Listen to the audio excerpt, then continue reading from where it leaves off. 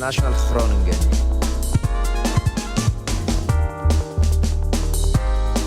International Groningen.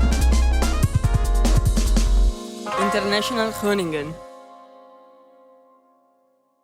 Hello, my name is Anastasia, and today we are here with International Groningen podcast. Today we're going to talk about formalities, practical matters, and also lives of expats and more adult internationals in Groningen, North, and Netherlands in general. So today I have on my right Greta and on my left Karen.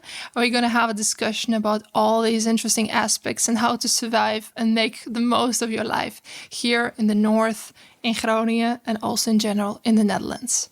Could you introduce yourself? Yeah, my name is Karen Prowse. I come out of the US.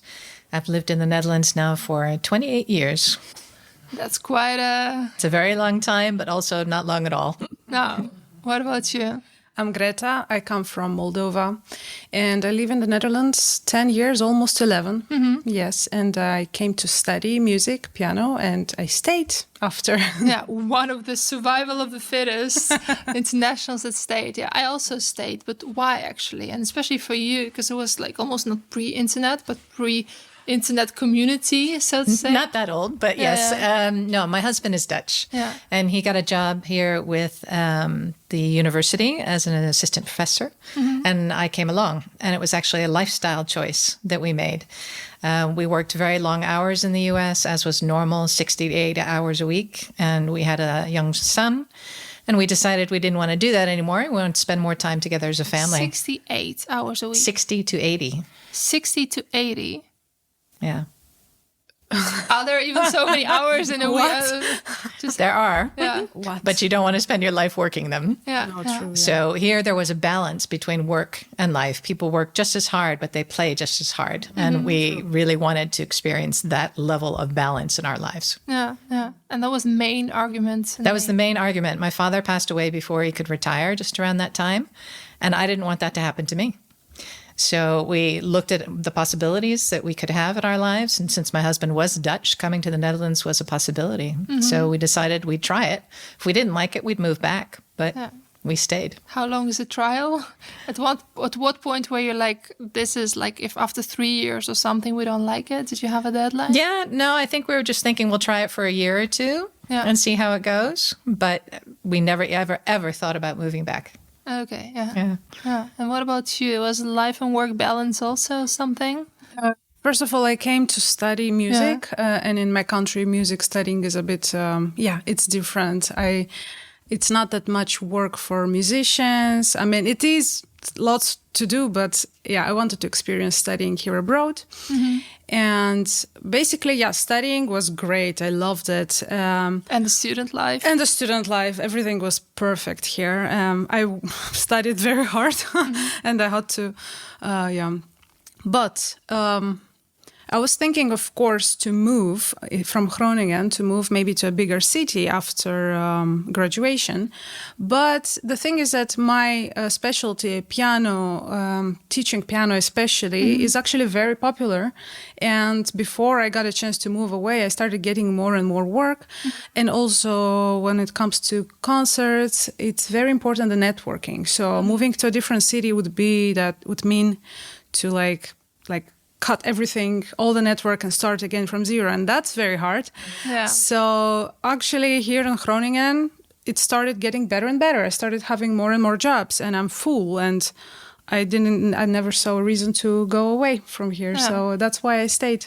Yeah, and network is really like one of the main elements in this. And you work on that professionally also at IWCN. Could you elaborate what it is? The IWCN is the International Welcome Center North. We started almost 10 years ago, but before that we also had a history as Connect International and City Central, Connect International started in 1995. So we've had a long time in the northern part of the Netherlands, helping internationals to come to and enjoy the experience of living in the Netherlands. So what do we do at the IWCN? We have 3 different tasks. We help people through the governmental formalities, one-stop shop idea. So you only have to come once to one place to get your IND card or give biometrics and to register to get your BSN. Yeah. After that, people always have a lot of questions on many, many different topics, and we're happy to answer them, either in person or through telephone or email, coming by, it doesn't matter. And then we organize events and activities so that people get to know each other Dutch people, feel integrated, and feel connected to the Northern Netherlands. We also give advice to companies that want to hire internationals. Yeah. And what kind of advice, for example? What should I think? Well, a lot of times companies are thinking about hiring an international and they've never had one in their company before. So they have no idea what the effect would be on their corporate culture. They have no idea what paperwork they need to do, what government formalities they need to do, what sorts of things they should think about, how they should welcome them. Do they have to have things in English? So we give advice on a broad range of topics, really, so that the company recognizes or realizes that it's different but not impossible to hire internationals, and that it actually adds diversity and increases your innovation and productivity in the company. Yeah.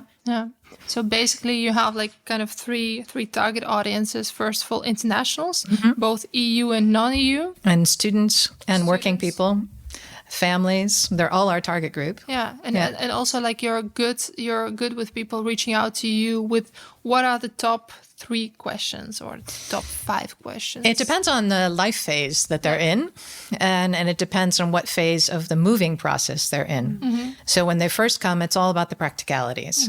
How do I get my residence permit, my BSN? How do I open a bank? That's always the top priority, I think. But then they have questions about healthcare. They have questions about maybe importing a car, schools for the children, how the health insurance packages work. All the practical things you have to set up when you move to a new country. And that's a lot in the Netherlands. That's a lot in the Netherlands. It's a lot of anywhere, actually. And just knowing that there's a place where people can go to ask their questions, that gives people a lot of comfort. And we have a lot of information on our website, as well as being available 4 days a week that people can come by and talk to us. Did you know about the IBCN? No, I don't That's think why so. we're making this episode, because I was just preparing for for this episode, and I was just checking your website because I think it got updated a while ago, Yes. and I was truly shocked how much information you have there about any kind of possible situation, relocating, moving, childcare, this and that. Everything is in there. So like if we would have like to make a milestones for internationals, for example, for expats, what would be the step 1? Check your website. Check the website, be prepared. So before people come here, they should really know what they're getting into. And we have a lot of available information, as you said, on the website, so you can read about it and think about it. There's also many documents that have to be prepared in a specific format in order to register here and get your BSN, because without your BSN, you don't exist. So that is definitely something we advise. The more you know, the easier the transition will be. Yeah. So just check do you still publish these guides for each year? We do. Since COVID, we've only done them digitally. It's still on our website. We're going to link it below also, or updated for 2024, and we're working on 2025, and hopefully we will actually have a printed version of 2025 for about the first 6 months that people are here. What do they need to know? That's a guidebook, so to say. So that's like more theory, and if we talk more about practice, because you did like a transition into life of a student to a life of an adult international. How does it feel? How is the community? Well, I would say that I think personally that it's much easier to integrate into a society when you're a student. When you come here, you're young, you're a student, you know, I have some relatives or friends that also came to the Netherlands, but they are already like adults with family, with jobs, and they have so much hard time doing it. So as a student, of course, I lived first years in a student bubble with my teachers, with my students from different parts of the world. It was amazing, of course. And as much as I tried to learn Dutch then, it didn't stick because I'd never even practiced it as well, you know. But I think after graduating, that was a bit the harder moment, you know, because the first year after graduation, I felt like, okay, what am I doing? Who am I? And I had suddenly to I started learning Dutch. I started, when I started working at the music schools, I felt like, okay, am I like now a colleague of these people who work here for years? I felt a bit also insecure because I just was a student, but also because I had to learn Dutch. So it took me some time to feel a bit at home, But I wouldn't say that it was that hard as I thought. And I think there is a bit of a stereotype that it's hard to integrate in the Netherlands, that maybe Dutch people are not as open to accept, like you in a community, because you're a foreigner. So maybe in the beginning I felt that way, but I think that's not true because I was... You think that's not true? That's not really true. What do you think? I think Dutch people have friends from birth. Yeah. And I think it's hard to break into that circle. True. So they will be absolutely wonderfully friendly to you and helpful, but at 5 o'clock they go home. Yeah. So when you break through that barrier and you finally start going out with colleagues and other people that you meet, then you know that you've really settled in, I think. Yeah. But until you get to that point, it can be a little tricky. Yeah, true. And that's what we try to do is try to tell people about the customs and culture of the Dutch so that you're aware of the certain types of formalities and things that people will go through. If you're going to someone's house, do you bring a gift or not? Or should you show up 3 hours late? No. Things like that. So we try and prepare people for actually integrating with the Dutch. And my best friend right now is Dutch. Yeah. But that took you 28 years. Well, probably a little less, but it took some time. Yeah. The language is definitely helpful. You need to pour yourself into the language. If you want to make your home here, it's only polite to learn the language. And plus, you feel more comfortable in every aspect of your life. True. Yeah. So once I could really speak Dutch on a casual conversation with someone, then I felt, okay, this is home. Same. Yeah, same. I actually also have now very good friends, almost best friends, let's say, people who are Dutch. And it's especially... with some of them, I still speak English because it's really weird to switch to Dutch after so many years. The emotional language is in English if you get to know someone in English, But I do feel more like, of course, I can imagine that if I was in my country and I have my best friends from childhood and then someone else comes, it would still take a while for foreigners, people to blend in with us. But I think that what I noticed for Dutch people was that when you show that you learn their language, then they are very happy. They're suddenly, okay, yes, come, they're very welcoming. Yeah, it's very welcoming. They're supportive. Like I would speak only like a phrase and they were like, yay, wow, you speak Dutch, wow. So very, welcoming. It's like, wait, I just said a sentence. Yeah, they really reward you for attempting. Yeah. But if we would talk about, let's say you studied here, but if you wouldn't, what are the tips for international adults and expats? How can they socialize? What sources are available? What are the tips for both of you? Well, for us, it would be to join the IWCN Connect Club. And what is it? So what that is for 30 euros a year, you can become a member and attend any of the groups and club events. And these are things like a walking club, a running club, a cooking club, a book club, some more like club and hobby activities. Oh. You can also attend any of the integration events that we have. So these are webinars and seminars that are offered by some of our service partners that help you get to know the Netherlands better. So it's how the tax system works, or how you can buy a house, or how the healthcare system works. Or having a baby, for having example. a baby in the Netherlands, Dutch culture and customs. We also have something called My Local Friend, which links up internationals with Dutch people to improve language, but also to get to know the Dutch people and Dutch customs on a personal one-on-one level. Yeah. So there's many different ways that you can tie yourself in. So definitely continue your hobbies. It's more like a buddy system. So it's a buddy system. Yeah. So I would say get involved in whatever your hobbies were, either through us or through the many places in the Netherlands where you can do music, sports, any kind of hobby club that you can think of. Volunteer. Yeah. Volunteering is a great way to improve your Dutch, as well as to give back to the local community. Get involved in politics if you like doing that, any kind of sports. Getting involved is a way that you're going to feel more comfortable here and also meet more people, both Dutch and international. But proactively. Proactively. Yeah. Yeah, you have to be prepared to reach out. And if you reach out, then you will be welcomed Yeah. by the Dutch. But if you're too scared to reach out, You might wait you for a might while. be a little bit lost for a while. Yeah. Yeah. And what are your tips? Like if you, not for, say there's somebody who just came and landed in your position, how would you socialize and build your social networks? What would be your tips? Yeah, I would say the same.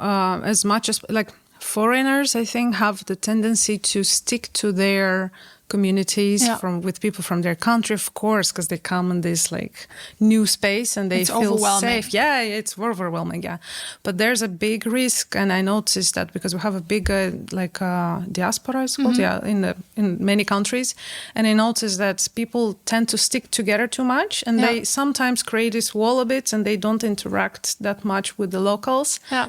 So I would say the best for me was and still I would try to do the same, like try to actively participate in hobbies or I don't know, like communicate with non your native like people, but with Dutch people as much as possible, and outside work also try to find hobbies, get out a bit, because it's the more you stay in and only work and home, and then you have this wall, then it's very hard. It gets thicker and thicker, I think. Yeah, and it's also true. It's quite a challenge, but sometimes you want to speak to other internationals. And for example, I think that it's also related to IWCN, the Expats in Groningen group, right? It's semi-formal.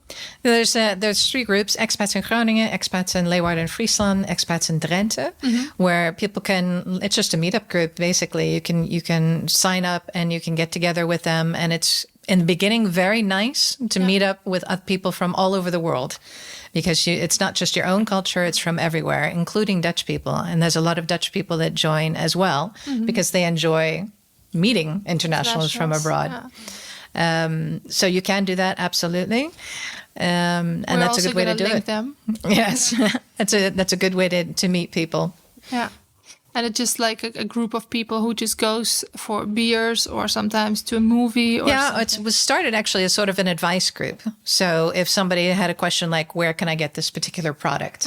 They'd throw it in the group and answers. And it's still mostly used by that. They've started recently also having some get-togethers occasionally just to have meetups and casually meet up and see what you can find amongst the people that are there. I've heard that in Amsterdam and in Utrecht, these groups are massive, and that's also a problem. And it's a benefit because they're so large. The expat community is so huge that you can meet so many people there, keep on meeting new people, that you don't really feel the need to connect to the local community. And that's never been our aim. We've always tried to actually entice Dutch people to come as well, because we want people to integrate, and we feel that's really the only way you're going to feel at home is if you get to know the culture from the people that are living there.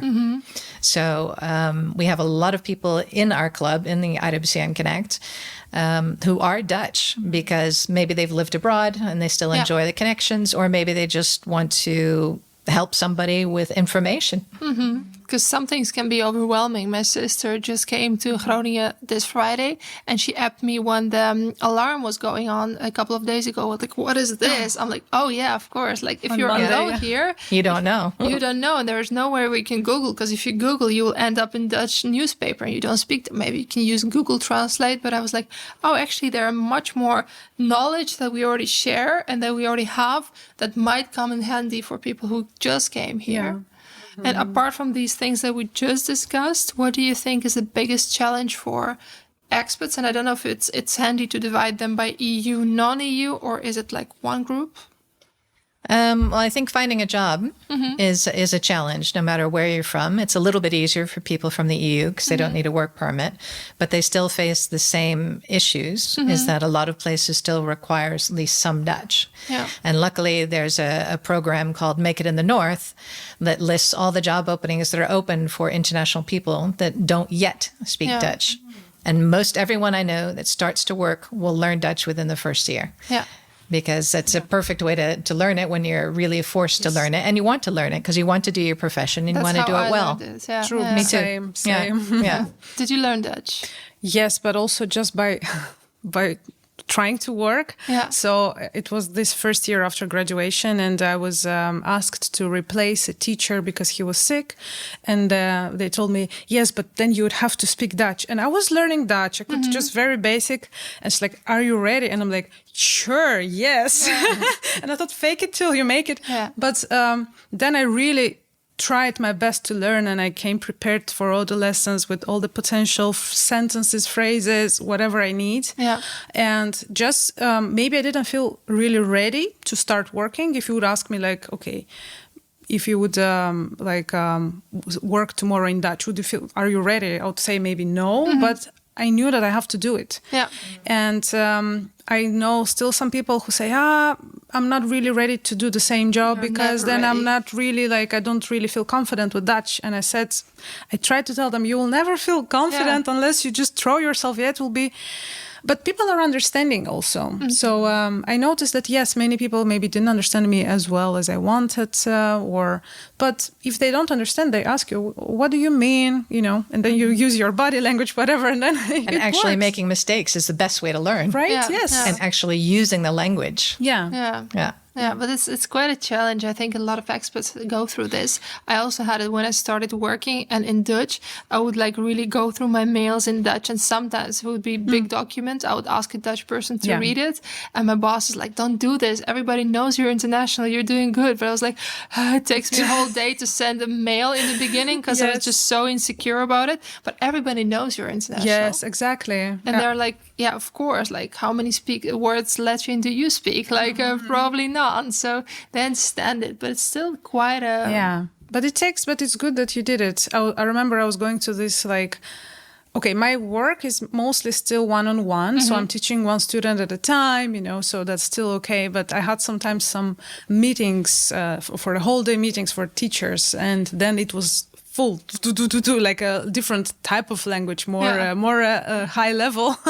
And I remember the whole day I was trying so hard to concentrate, and I felt that I was having so much hard time understanding. I did understand, but it would take me all my energy. Yeah. And now, after going through that, now I can sit and I understand it. I had the same thing with my husband's family. We would go away for these family weekends, and I would tell them only speak in Dutch. And at the end of the weekend, I would be exhausted, right? just from the effort it took. And now, it's no problem. Fine. Yes. Yeah. But is it really no problem, or do you sometimes just want to listen to just English and to just completely relax? Of course. That's always going to stay. Yeah. I think that's for everyone that has a mother language. It stays your mother language, even if you're fluent in another one. If you really want to relax on a different level, for me at least, I have to watch something really not intellectual and really my language, and then I'm feeling I'm fully relaxed. Yeah.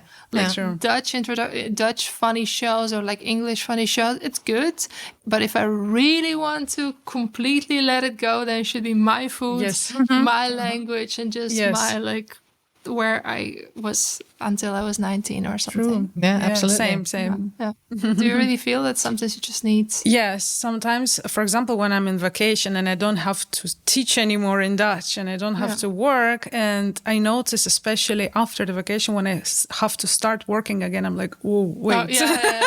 Wait, I have to... It's am I always... doing it in Dutch, unbelievable, That's really I also always come back a bit rusty, and it's difficult to make a full 8 hours. I think it's a universal thing that you're how much? Oh, we're just 2 hours in. Oh, that's just vacation in general, I think. And also you forget the most basic things. Yes. But I think, Karen, you've also seen many generations of expats, but at the moment, what can you say? What are the top 3 mistakes that they make that you think if you would have not done that, or if you would have done that, your life would be much better? I think really, whether you think you're ready or not, start from day one with some kind of Dutch lesson. It can be just listening to a tape. It can be participating in a class, whatever you think, but start getting familiar at least with the sounds of the language, the cadence, the rhythm, watch a Dutch TV show, doesn't matter. If I had really done that from the beginning, then I think I would have much earlier been more fluent. But I said, okay, I'm going to first get settled here and get my kids settled and figure out what I can buy at the grocery store and what it is. Yeah. And then I'll start learning Dutch. But actually, you start learning Dutch from day one. And if you put the effort in earlier, it's going to be easier. So that is one piece of advice I would say. And be prepared. Read up on it. We've had people come into the center that had no clue where Groningen was located within the Netherlands. Okay. Yeah. So be, proactive. Look up where you're going to be and a little bit of the customs of the place that you're going, just to make yourself feel more comfortable. Yeah. I think those are two of the important tips that I would give anyway. What about you? What would you advise people who are... Yeah, I would say from day one, but also try to communicate with people, with Dutch people, with try to make friends as soon as possible. I think, So you don't feel isolated. Yeah, true. And I noticed, for example, people that come with kids, for example, a young couple with the kids, and they found both jobs here. Okay, jobs is settled, but that's it. And then they still live in this bubble. And I think the longer you go, the worse it gets. I think, It's harder to break out. Yes. Yeah. Yes. So I think trying to communicate with people around you, that's the most important thing. And be patient with yourself. Realize that you've made a huge change in your life and it's going to take time, like with any change. So give yourself that 6 months to a year to go through the culture shock curve and come out the other side when you really enjoy living in the place that you are. Yeah. And Greta, you mentioned people coming with kids and spouses, and you specifically also are focusing on this because it's one thing that if you're lucky, you come with family and you both have a job, but that's a lot of times not the case. Well, that's most often not the case. No, only one person comes with a job and the other one is left to fend for him or herself. And we've seen both. It's both men and women as the trailing spouse. And I think it's spouse. That's it's an American expression. Yeah. And I think it's more difficult for the one person who's left at home. Yeah. Because the other one's at work, they're meeting colleagues, they're out there. But the person who's home, you're ready to pounce on your partner as soon as they come home because you've been alone all day. Yeah. So forcing yourself just to go out and do things to make yourself comfortable there is really, really important. Whether the person wants to work, whether they want to study further, whether they just want to get involved in hobbies, it doesn't matter as long as you put yourself out there. Yeah, and you also have special services or projects also for spouses, like Connect and stuff. We do have where they can meet people. Yeah. And in the past, we had something called Links, because it was mostly a woman who's a trailing spouse. So that stands for Ladies International Networking Knowledge and Support, where we focused on the women. Again, whether you wanted to do self-improvement, look for a job, build a career, learn what to do more with your children, it didn't matter, but it was focused on the trailing spouse to make them feel more comfortable here. And these services are still available? Well, we are going to restart Links or something like Links, or expand on what's already being offered by the university for dual career support.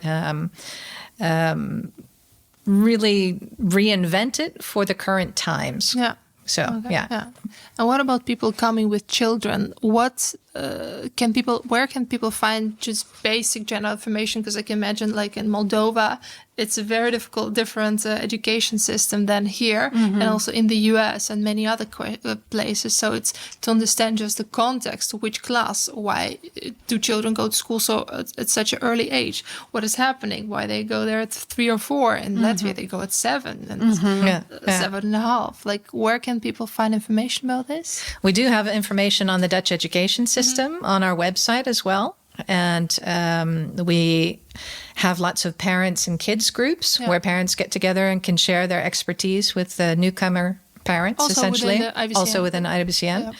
Yeah. So that's a good place to start. If your kid is going to school or to a peuterspeelzaal, like a play school or a preschool, talk to the other parents. Yeah. Find out what the information. That is essentially your cohort. So those are the people you want to make contact with. But this is also available for Absolutely. people to check out. Yes. Do you notice? Do you notice the differences between like school system in Moldova? Because you're also like a bit integrated, right, in the school system here. Yes. Was it a culture shock? I never studied at university there. And when I came here, of course, I I know a bit how the studies is there. So yes, it was different. It was a bit of a culture shock, and many things are actually culture shock. For example, for me, it was a culture shock that everything has to be done by appointment. For example, when I was a student and I was like, what, can't I just go now and today fix my problem? Yeah. And, I noticed that everyone in the beginning is just angry on this. Like, no one wants to accept this. And I was one of them. Why? This is taking so slow. And now I'm on the opposite side. Like, come on, you can plan your life. And children are taught how to use an agenda in school. Yeah, how to time management, Yeah, there's nothing wrong with that. Yeah. So that was a bit of a culture shock. But in general, studying as a student, what I loved was shocking, but then I loved it, was the fact that teachers, the relationship between teachers and students, I would say. Formal. Yeah, less formal, but also it feels like they're your friends. Yeah. And you really want to learn from them. And they are not there to show you how stupid you are and like how smart I am and how you have to, like grow at my level.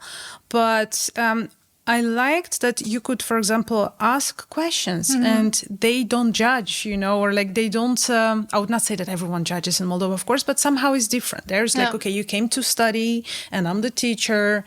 Power and distance. It's hierarchy. It's different. And here I remember that I felt so embarrassed at one subject that I couldn't do well, and I felt a bit not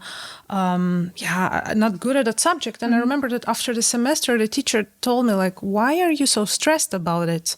And I'm like, because why am I, like, other students are doing so great, and I don't know what was wrong. I was so insecure. And he told me like, but you're here to learn. Like, we don't expect you to be able to do that already. Just relax and take this chance to learn. And we don't, so somehow their conversation with me was also psychological, a bit like really they wanted to support me. They wanted to show me that they want me to learn. And I was like, oh, really? Okay, thank you. And suddenly I understood what it means to really study something, And it's not there to just learn some information, but to grow, to learn about yourself. And I love I think that the attitude permeates the whole culture. Here, this, as you said, they want you to learn. And if you're doing your best and your best is a 6, fantastic. Yeah. But if you're capable of a 10 and you do 10, also fantastic. But they don't make a distinction between the two. Yeah. As long as you are learning and learning what you should learn. Exactly. So they look at you individually and want you to do better and learn. Exactly. On your level. On your level as much as you can. And they try to don't compare yourself with other people, especially in music, because I studied music, right? And it's always super big competition, and it's still very personal. Your journey has nothing to do with the other students' journey. So it's like we are... for example, someone would play the same exam, the same level of piece, but someone got a lower level, someone got a higher level. But maybe because their personal journey was different, So that was important. That's even reflected in the middle schools here, in the high schools, because they have different levels of high schools that you can go into. And that was completely different in the US. We didn't have that at all.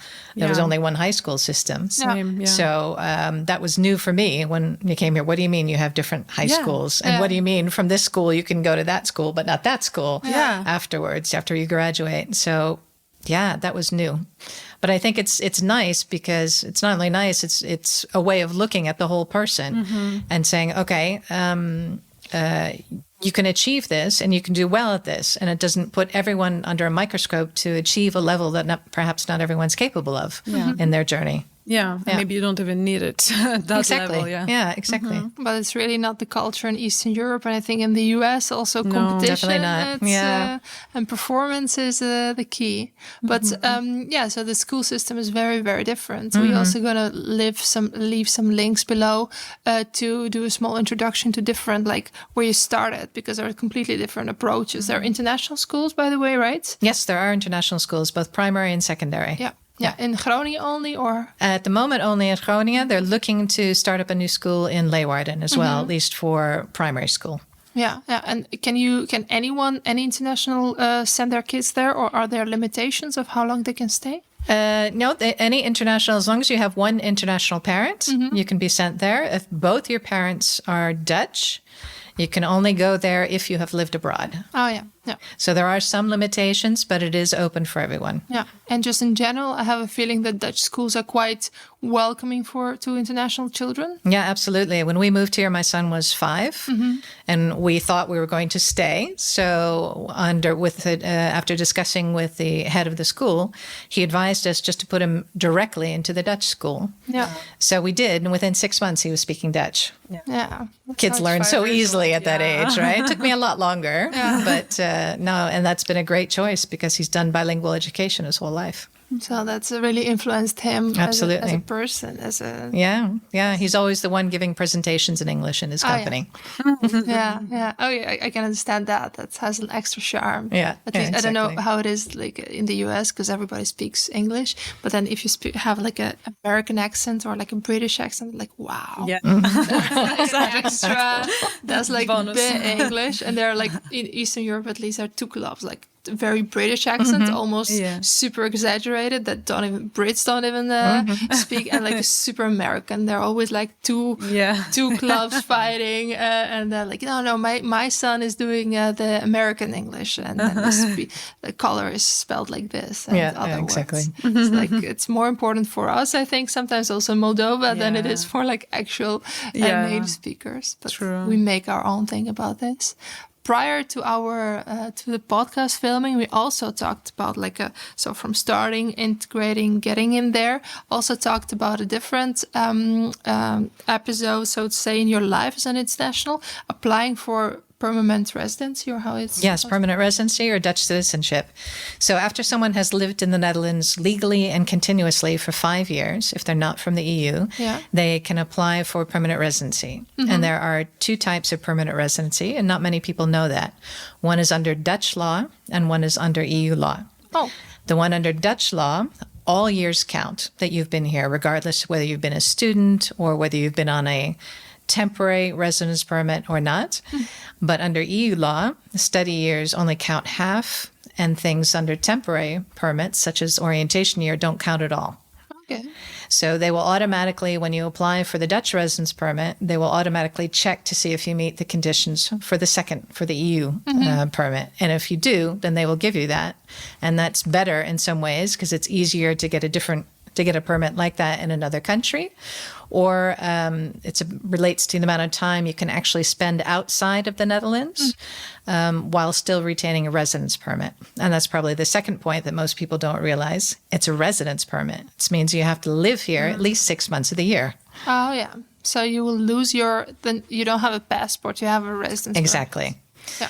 Passport is if you change nationality, but there are conditions for that as well. You have to do civic integration, which is passing language and knowledge of Dutch culture and working in the Netherlands courses and tests. And it takes about a year. And you have to have a residence permit the entire time until you are sworn in as a Dutch citizen. Yeah. So many people say, well, I want to become a Dutch citizen, but my residence permit is ending next month. Like, no, you can't do that. You have to have a residence permit that's valid for at least a year before you can put in the application for becoming a Dutch citizen. Because to have a residence permit, you also have to have a proper job. Mostly, yes. Yeah, a well-paid one. There is also like a criteria in terms of how much your salary can be, right? Yeah, it depends. For highly skilled migrant permits, there is a salary criteria. You can have a reduced salary criteria if you have graduated from a top 200 university in the world, or if you have graduated with a bachelor's, master's, or PhD here in the Netherlands. That allows you to fulfill the conditions for the orientation year, but you can go directly to the highly skilled migrant permit with a reduced salary criteria. And why is that important? Because that reduced salary criteria is what other EU and Dutch nationals would get as a salary. So it makes you competitive with them. Otherwise, and it's an extremely high salary, and you really have to have expertise before a Dutch company will pay you that amount of money. Okay. Yeah. I've known Karen for many years, and we work together on international things. But every time I hear something like, "Wow, okay," and, it just comes. Have you also experienced some formality issues or something? Because you're from Moldova. Me not, because personally I haven't, because I have a double citizenship in Moldova. People have also Romanian citizenship, so I came here as a Romanian, so So EU. as you, yeah. But my friends, for example, musicians, majority of musicians I know, after studies, after the how do you call Zukiar? Orientation year.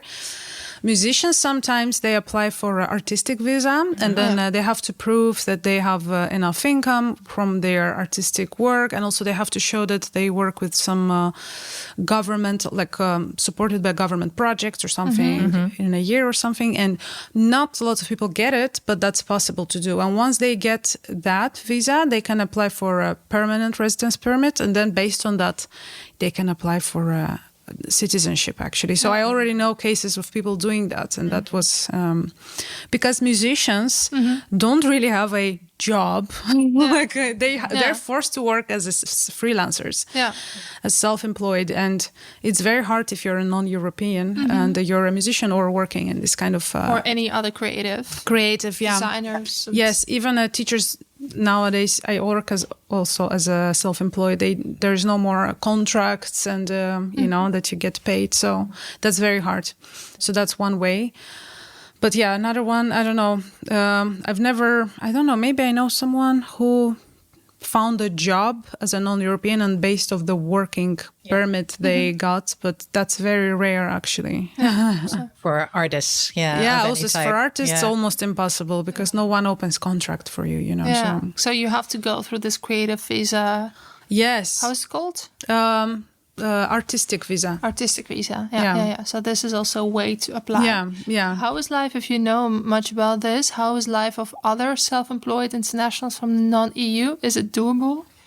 If you already have a business from another country and you want to move here, then it's relatively doable to apply for for the self-employed permit. If you don't yet have a company, then there is a simpler way to apply for the self-employed permit, because you have to show quite a lot of documents for the self-employed. But there's something called the startup permit. Yeah.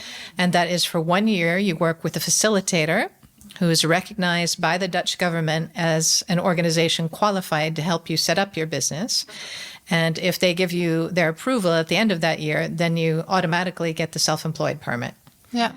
But you still have to have about, I think, 15,000 euros in the bank in order to apply for the self-employed permit to keep you for that year, and reach your goals and targets with your facilitator. Yeah. But it's something that the Dutch government is really facilitating. They want to attract more entrepreneurs to the Netherlands. So there's startup permit, startup visa Northern Netherlands, startup visa North, I think it's called, that helps you with applying for this. Helps you find a facilitator, can advise you on all the things you need to do as an entrepreneur. So they're really trying to facilitate people coming here and starting a business, or staying here after being a student or working here and setting up a company. We also gonna link these links, so to say, in the description. We went through almost the whole journey of being here and adjusting here as an adult or as an expat. Do you think that there are some things that we've missed, or something that is like super important for internationals to know? I can say before you move here, make sure that you are okay with bad weather. I'm saying on a serious. Let me tell you. Apparently, the absence of sun for people who have brown eyes has a big health effect. Yeah. So I found out that there is a thing as a seasonal depression. Yeah. And my doctor told me that it's a thing. You're coming from a sunny, like more sun. Than here, of course, it's not Greece or something. But actually, half of the year, because it's no sun at all, you can develop a kind of a seasonal depression. And there is I was doing a kind of a light therapy that you go for every day, and you get a light in your face, and then you get better. Yeah. But I think the the biggest thing people complain is the weather, actually. It's true. Yeah, No, so we have had clients that actually left the Netherlands because of Yes. the weather. That's completely out of our control. We can't do anything about that, but realize that it's really gezellig inside in the Netherlands. No, it's very nice, but the weather can play a big role. It can. Yeah, but even on Dutch people are like, oh, when is this gonna end? Yeah. It's a universal thing. It is. Yeah, definitely. You get used to it, but having a sunny vacation in between is always like it helps. every Save some time. money for traveling in the winter, I guess. If you can. Well, Dutch have a lot of vacation days. Yes, true. So And I have that my is a definite students- plus of living here. Yeah, I'm I've seen looking more my- of the world living here than I would ever have seen in the US because we had 2 weeks vacation. Yeah. In 2 weeks, yes, in total, in total. Wow. and that's no good. maternity leave. I had 6 weeks. Good luck with that. Well, Netherlands also not like Not too much, but compared. 4 months, that's a lot compared to 6 weeks. yeah, compared, but still. Yeah, in Latvia it's much more than this. I think it's a year and a half or something. Yeah. So that was a same big- in Moldova, Nice. I think. Yeah, I don't know exactly, but it's a year, Yeah. maybe two, I don't know, half. Yeah. It has It's been much like more. a negative culture shock to me. I was like, what, 3-4 months? Like in total, I think it's all in total it's 4 Yeah. months. Like, what? But that's so short. What do you do? But yeah, that's also something. On average, I think work and life balance and all the things and your emotional state and that you can also really fight for your rules. That's also a thing. If you feel discriminated, if you feel that somebody sold you bad product, if you feel that you want a free legal advice, there are sources for everything. You can really find a way to get yourself out of most situations. And the weather and some other things might be questionable, but overall, Overall, the Netherlands is a safe country. It's well regulated. Very It's nice. clean. Yeah. My kid could play on the street. yeah. Couldn't do that in San Francisco. Yeah. It just wouldn't let him out of your sight. So there are a lot of pluses, I think, there are minuses, obviously, weather, but I think the pluses outweigh the minuses, and which is why we stayed. yeah, it's an ultimate topic because we are filming 6 episodes and somehow we always end up with a weather argument. We talk about cycling, about work, about adjusting, about culture shock, and weather is usually like a crossing point of all the episodes. All of them and weather. Yeah, Like 50% weather, 50% the rest. Groningen and weather. Thank No, you so that's much, guys. Yeah. Welcome. Yeah, it has been really like a super rich and informative discussion. I hope people at home or wherever they are at the moment will really learn from this. We'll link all the sources below and really hope that you're going to make the most out of your time here. Come prepared, excited, but also educated. Thank you so much. Thank you My for pleasure. having Thank us. you. That was International Groningen Podcast, and we're going to see you again.